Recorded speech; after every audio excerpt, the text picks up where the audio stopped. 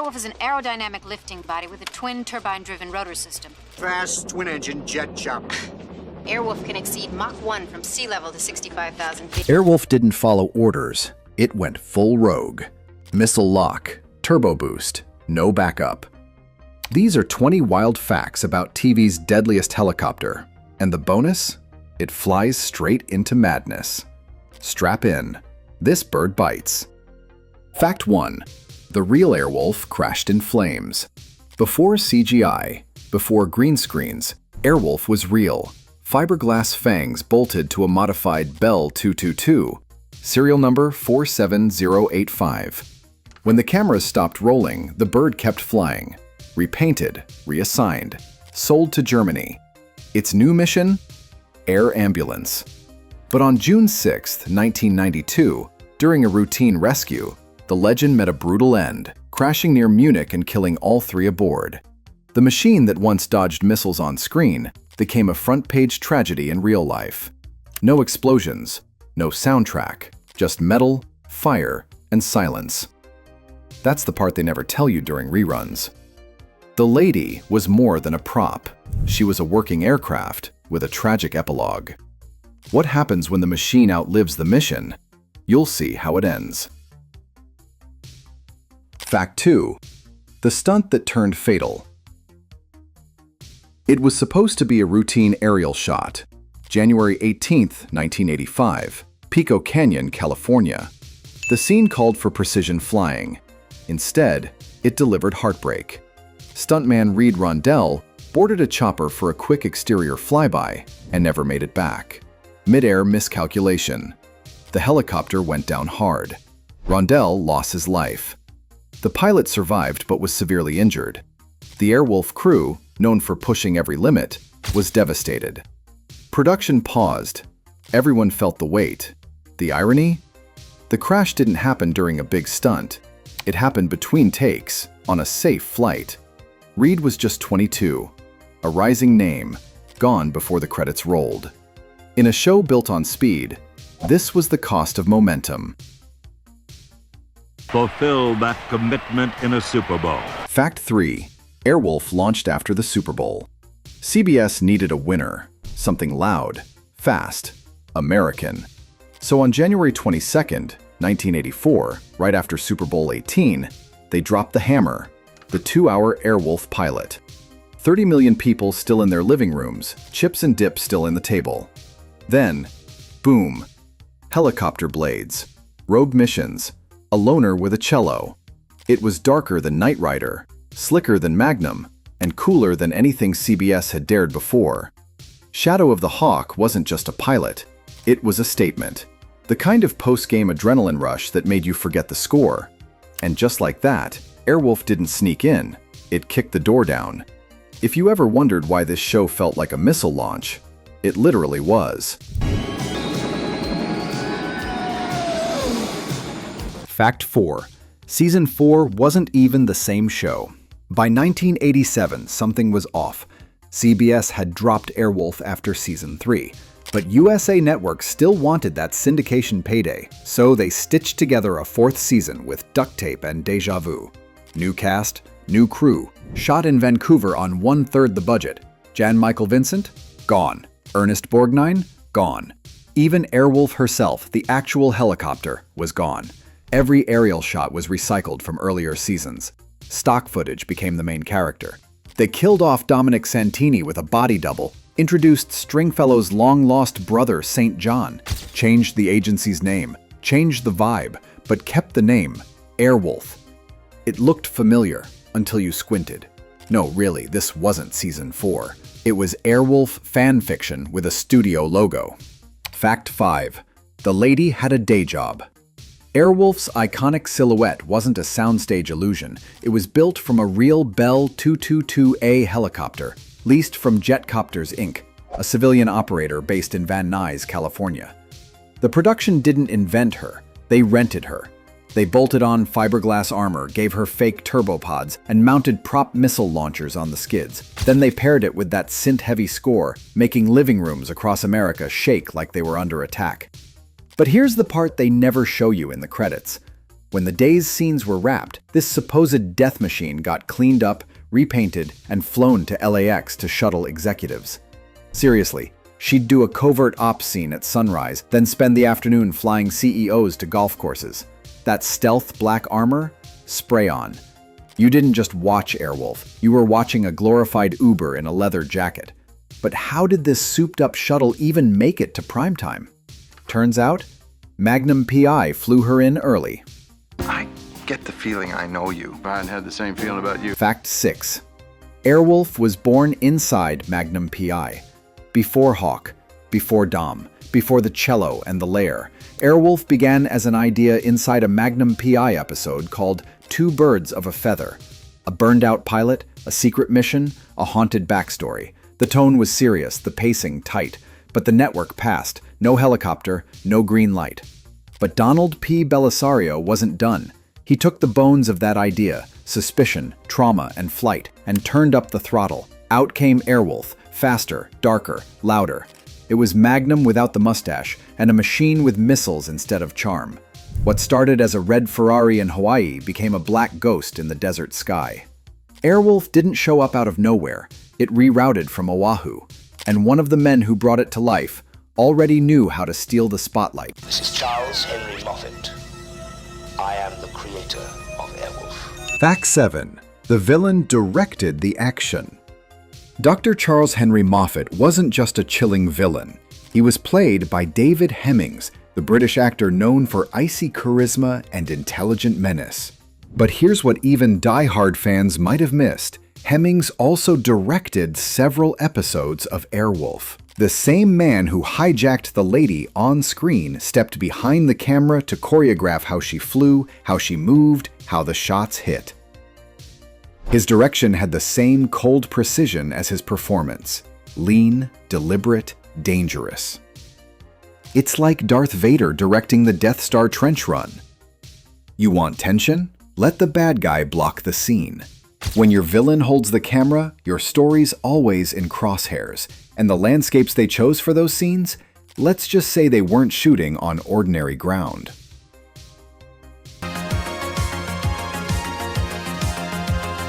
Fact 8. The lair was filmed in sacred ground. In the show, Airwolf's secret lair was hidden deep in the Valley of the Gods, but in reality, it was filmed in Monument Valley, Utah, one of the most iconic filming locations in American history. You've seen it before. Towering red mesas, endless open sky, the same rock formations used in John Ford's westerns and dozens of other classics. It wasn't just a hideout, it was a symbol. Every time Airwolf launched from that cave, it felt like America unholstering its last cowboy. You weren't just watching a helicopter, you were watching the myth of the frontier weaponized. The desert didn't just frame the shot, it gave the series its soul. If that cave looked familiar, it's because your grandpa saw it on a horse, not a helicopter. But what about Hawk's cabin? The cello, the dog, the lake. Let's talk about what was real and what wasn't. I'm at the cabin of Stringfellow Hawk. Fact 9. Hawk's cabin was half real, half illusion. It was the quietest place on the show, but maybe the loudest in meaning. Stringfellow Hawk's cabin wasn't just where he lived, it was where he hid. The cello, the dog, the lake. A man with war in his past and ghosts in his eyes needed silence. Those sweeping lake views were filmed at Lake Hemet, California, offering raw beauty and total isolation. But the cabin itself? A fake. Temporary walls, false beams, and a fireplace that wouldn't warm a gnat. It was built, shot, and dismantled like a military camp. Fans would travel hoping to see Hawk's sanctuary, only to find empty shoreline. That illusion, half real, half smoke, made it feel more haunted than anything built to last. But what if that emotional pilot episode got rebooted, with F-bombs and a theater run? Let's open the classified cut file. We're being radar scanned. Bring a full pop on the line. Fact 10. The pilot became a movie. With a mouth. In the United Kingdom, Airwolf's legendary pilot wasn't just re-aired, it was reborn as a movie. Renamed Airwolf the movie, it featured added profanity, more violence, and a grittier edit that ditched CBS restrictions. The exact same footage, but with the brakes cut. It even played in theaters in Indonesia. Imagine tuning in expecting TV-safe drama and getting Black Ops grit with verbal napalm. For fans who grew up watching it clean, this alternate version felt like uncovering classified footage your government didn't want you to see. The network gave you the soldier, the movie gave you the mercenary. But forget the visuals. What's the one sound from the show you still remember? Yeah, that one. Let's crank it up.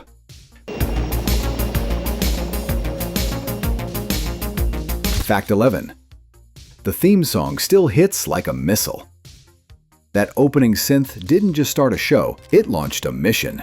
Composed by Sylvester LeVay, the Airwolf theme was all turbo in tension. Arpeggiated synths, throbbing percussion, and a low hum that made you think someone, somewhere, just got vaporized. You didn't watch the intro, you felt it. In your chest, through your couch. It was the sound of speed with a body count. Fans still hunt rare soundtracks, DJs remix it, orchestras play it. And if you were a kid in the 80s, that theme meant everything in your house just stopped. It wasn't just TV music, it was aerial superiority in stereo. But what happens when that theme kicks in, and there's no helicopter left to launch? Strap in, we're entering Season 4. Fact 12. Airwolf's cockpit was a soundstage illusion.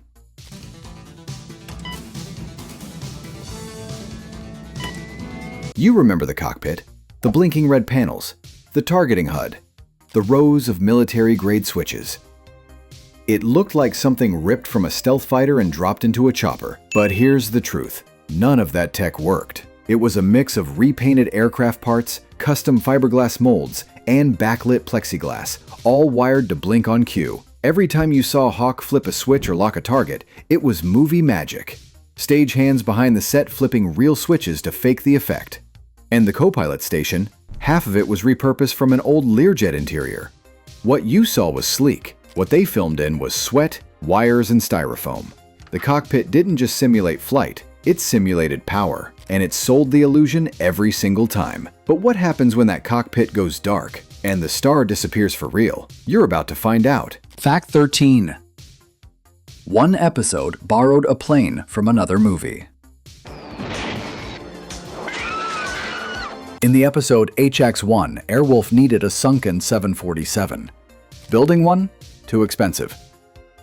So the team pulled underwater footage directly from Airport 77, a disaster film starring Jack Lemmon.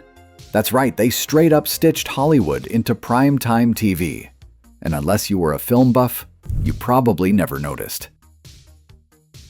It was a clever cheat in a time before pause buttons and 4K re-releases. The result? A network show borrowing blockbuster spectacle without ever rolling film. Next up, Airwolf claims Mach 1. But can a Bell 222 really break the sound barrier? Let's test that myth. Fact 14. Airwolf was never actually supersonic. On paper, Airwolf could hit Mach 1 plus, outfly jets, and break the sound barrier before breakfast. But the real helicopter? The Bell 222A had a top speed of about 139 knots, roughly 160 miles per hour. That's about the same as a small corporate shuttle, not a sonic death machine. The afterburners, missile pods, and turbo boost were all pure Hollywood smoke. Cool smoke, but still smoke. What you saw on screen was a Ferrari. What flew between takes was a Buick in a tux. But when the tech got dialed down, the drama got turned way up, especially behind the scenes. Fact 15. CBS changed the tone and lost its creator. The original Airwolf was dark, rogue missions, psychological scars, a cello instead of a catchphrase. But by Season 2, CBS wanted something lighter, more family-friendly. Enter Caitlin O'Shaughnessy, a brighter presence meant to soften the edge. But creator Donald P. Bellisario wasn't on board. He'd built a haunted action series, not a buddy cop show in the sky. So he left. Quietly. The studio took the joystick and pulled up hard, and the tone? It changed mid-flight. So what happened to the face of the show, the damaged hero with the dead stare? That's where it gets messy. Fact 16. Jan-Michael Vincents' struggles bled into the screen. As Stringfellow Hawk, Jan-Michael Vincent was cold steel, stoic, lethal, wounded. But off-camera, he battled alcoholism, and it started affecting production. Missed calls, slurred lines, tension on set. The man who piloted the most advanced helicopter on Earth couldn't always pilot his own day. The producers tried to shield him, reshoot scenes, simplify schedules, but the weight showed. In later episodes, the spark dimmed. It wasn't just acting, it was erosion. And when the face of the show cracked, the network pulled a move no one saw coming. I've just been laying my life on the line too long. I've had it. Fact 17. St. John Hawk came back and took over. For 3 seasons, St. John Hawk was a ghost, a lost brother presumed dead. Then in season 4, with Jan-Michael Vincent gone, they flipped the script. St. John was suddenly alive, well, and now the main character. Played by Barry Van Dyke, he took the reins while Dominic was killed off-screen, and Caitlin vanished without a word. The show reset its entire foundation with 1 line of dialogue and no time to explain. Sound like a stretch? Just wait till you hear why they did it, and how many episodes it bought them. Fact 18. The real mission was syndication. By season 4, the goal wasn't story, it was numbers. Syndication required 65 episodes minimum to make reruns profitable. CBS aired 55, so USA Network picked up the pieces and added 24 more, pushing the total to 79 episodes. New cast, old footage, and just enough plot to glue it together. It wasn't art, it was strategy. The crew was flying toward a finish line made of contracts and ad slots, not cliffhangers and resolutions. But hey, it worked. Airwolf lived on in reruns for years, even if fans couldn't quite explain how it ended. But while the show played chess with syndication, the pilot episode played with global politics and pulled no punches. Dr. Moffat, you are looking more and more like an Arab with each passing day. Fact 19. Airwolf's first villain worked for Gaddafi. In the 2-hour pilot, rogue genius Dr. Charles Moffat steals Airwolf and flies it to Libya, where he murders a US senator and works under the protection of Muammar Gaddafi. That's not subtle. That's not sci-fi. That's real-world geopolitics, baked into a Sunday night drama. The Cold War was still hot, and Libya was no joke in 1984. Yet here was a network show putting American-made war tech in the hands of one of the most controversial leaders of the era. Airwolf wasn't afraid to aim high, and it never asked permission. And how did they get away with that on national TV? Simple. Launch it like a missile, right after the Super Bowl. Fact 20. Airwolf had her own hangar, crew, and wranglers. Airwolf wasn't just a prop. It was a full-scale machine with real aviation protocols behind the scenes. The Bell 222 used for filming was stored in a dedicated hangar at Van Nuys Airport, guarded and maintained like a VIP aircraft. Every time the producers needed it to fly, it had to be inspected by certified technicians, signed out, and flown by professional pilots, not actors. The production even hired aviation wranglers, whose sole job was to keep the helicopter spotless, airworthy, and photo-ready. Between takes, it wasn't uncommon to see ground crew cleaning rotors with soft towels and checking trim like it was about to carry a president. To fans, it was a symbol. To the crew, it was a responsibility. Airwolf didn't just play a hero, it had one. But what happened when that hero retired and someone bought the bird for their rooftop? That story's coming in for a landing.